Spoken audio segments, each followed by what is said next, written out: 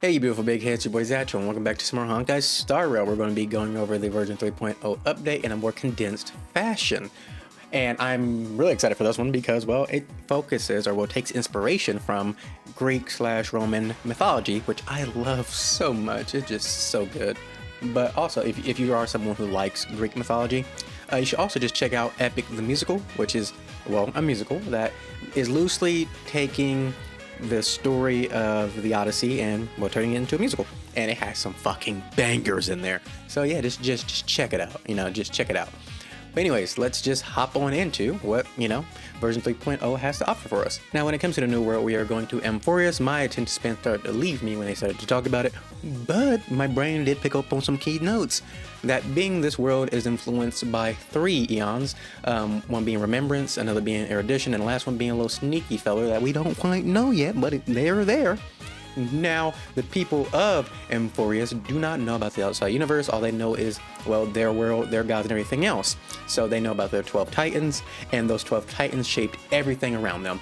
And so their world is going into chaos because of 3 titans in specific. And so a group of heroes known as the Crisis Heirs came together to take the titans' core flame to claim their power and reshape the world. And by the time we arrive, this fight has been going on for, what is it, 1,000 years, and they've only gotten 6 of the 12. So yeah, we're going right into the middle of a war that's been happening for decades. So there are your cliff notes on the situation that's happening. All right, now let's talk about the Herta, who is an Ice Erudition character who has her own little special kind of stacks that she places on the enemies, which is called Interpretation, which can stack up to 42 times. And it's stacked up by Herta or allies dealing damage to the enemy. So through basic attack and skills, it will, build up those stacked up to 42. So this works really well with AoE skills and attacks to, allow the enemy to stack it up a lot faster. Now, whenever Herta gets access to her enhanced skill, when she uses her enhanced skill on an enemy, you should always target the enemy with the most stacks because it deals damage to everyone based upon the number of stacks the enemy has, and then it will reset that specific enemy's stacks while also allowing the other enemy's stacks to keep on being built up. And apparently, when paired with other Erudition characters, the damage dealt is increased by how much? Don't know, they didn't say.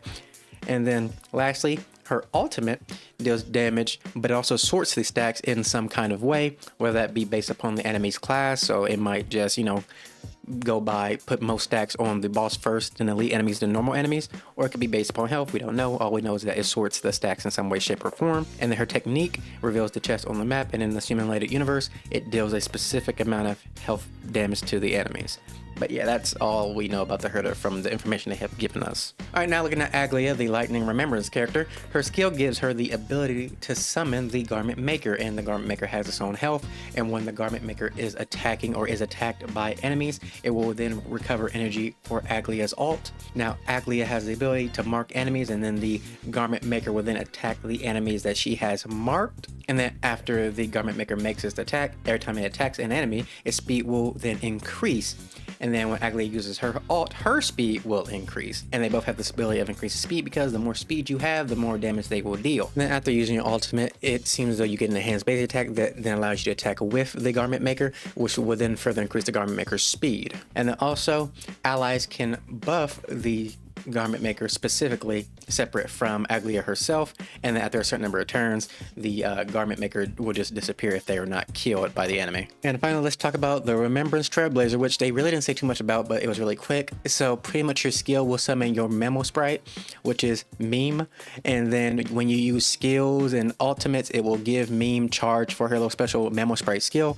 And once her gauge is full, you can immediately select any ally to support, and in supporting them, you give them access to true damage, so it will advance them forward immediately so they take action, and then that ally's attack will be true damage, which ignores all buffs and debuffs. It's just, true damage from any game ever. It's just, straight up ignoring defense and everything else is true damage. But that's all they really said about the Remembrance Trailblazer. Now, when it comes to banners, since we're already talking about characters, if I mispronounce any name, don't get mad at me, I don't care. Anyways, for banners, other than the Herta for Phase 1, we have Ling Xiao, Facia, and Jade. And then for Phase 2 with Aglaea, we'll have Boot Hill, Robin, and Silverwolf. If you summon Silverwolf for any reason, you might have problems. And then with all of them comes back their light cones as well. So on top of getting all these characters, we are also getting many new light cones for the Path of Remembrance. Remembrance. So we're getting one 4-star one for the, standard warp, which is called Genius Greeting. On top of that, we are also getting 2 3-star ones for the Path of Remembrance as well.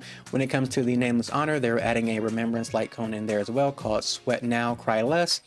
And then lastly, they are adding one to the Priceless Jewel shop, which is called Victory in a Blink. So yes, that was a total of 5 new Remembrance light cones that will be added in total.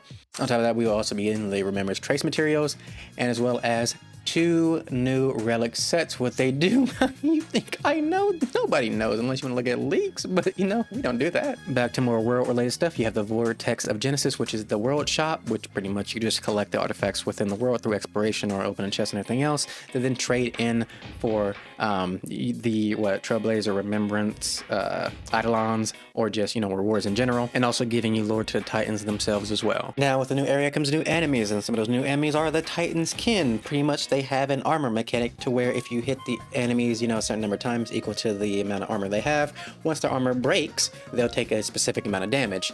And also you got a new little boss enemy with new mechanics, such as the guy with the glory, which his name I probably will butcher, but I will try to say it regardless.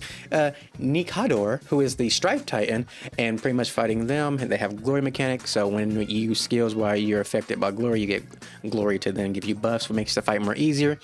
And this motherfucker has a big ass sword, which they comment on being very reminiscent of somebody else. But when I saw that sword, I could think of it was Kirby with the giant sword from the video game, Kirby ass boss. Anyways, yeah. So those are some of the enemies we will be seeing. We have new puzzles, which pretty much seem like us reversing time in some way, shape, or form to get the chest back that has been stolen from us by one of the Titans. Now, obviously, with this update, we're going to have a lot more events. So we have the Apogeium Enigma, which is pretty much just mini games, like literally it's just a set of mini games you do that you get rewards.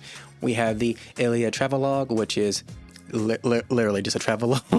You go to a specific area, and then you would do either specific exploration or collection missions, and then you'll get rewards for that. And then you also have the these names is killing me. The Inscro Crepusculum, which is pretty much just a fight separated into 2 phases. The first phase is the buff building stage, which you fight enemies and get buffs from them, and then you have the final boss fight, which you then take the buffs that you've been building up. You select specific ones from the enemies you've killed or whatever, and then you fight the boss with those buffs. So yeah, new stuff going on here. For this update, we will have the typical login bonus to give you 10 pulls, and on top of that, you also get a little special reward for Meme's gift, which will also give you another 10 pull right away, and then a variable dice, which can be used to reroll stats on your relics. They also seem to have finally executed the way for his crimes against humanity for some reason. I don't know. Now to quickly go over the quality of life stuff they are doing, we have a new item being added to the overworld, or open world, which will be pretty much the flying amphora, which pretty much just allows you to move faster when you get it, which makes traversing the maps a lot easier. They will be increasing the cap on the Trailblaze power and the Immersifier, so that's cool as well. They're also making all upgrade material stages available right away, so now you can pick whatever stage you need to go to, and you'll be sent right into it instead of having to traverse there and then tap on and everything else. It just makes the flow a lot better. They're adding new treasure gadgets to all the planets, which pretty much is the same as Herta's skill. It's just for this, it will just simply take you to a singular treasure that you have not found yet. They're giving early access to the 3.0 Trailblazer mission, so you can get right into the story, so that's cool as well. They're adding the new level guide function as well, which pretty much is the same system that is currently in ZZZ, which pretty much just allows you to look at a character and it will just tell you exactly what you could use light cone wise, relic wise, what skills upgrade first, pretty much just making the whole building process of a character a lot simpler and easier. And then lastly, they are adding the new relic system that they talked about previously. I'm not going to go over it. I'm not going to go over it because they've already mentioned this. It's just that they are incorporating it in this new update that is coming. Lastly, they are finally incorporating skins into Honkai Star Rail. So the first character who will get their skin will be March 7th with a preservation outfit. So this is specifically for her preservation form, I would assume, since it's making that distinction. But yes, you just log in and you get this skin for free.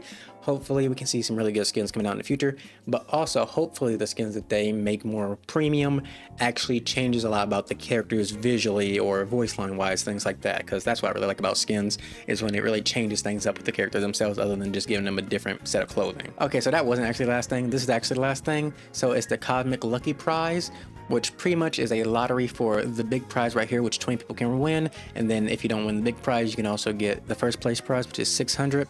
Or you can get the second place prize, which will be the 50, which isn't that great. But if you don't want to partake in this at all, you can just straight up select 100 instead. So you can either just get 700 guaranteed, or you can gamble your luck. Me personally, I'm throwing all my luck at this. I'm trying. I'm trying my hardest to get this because, hey, it'll make my life so much easier. So much easier.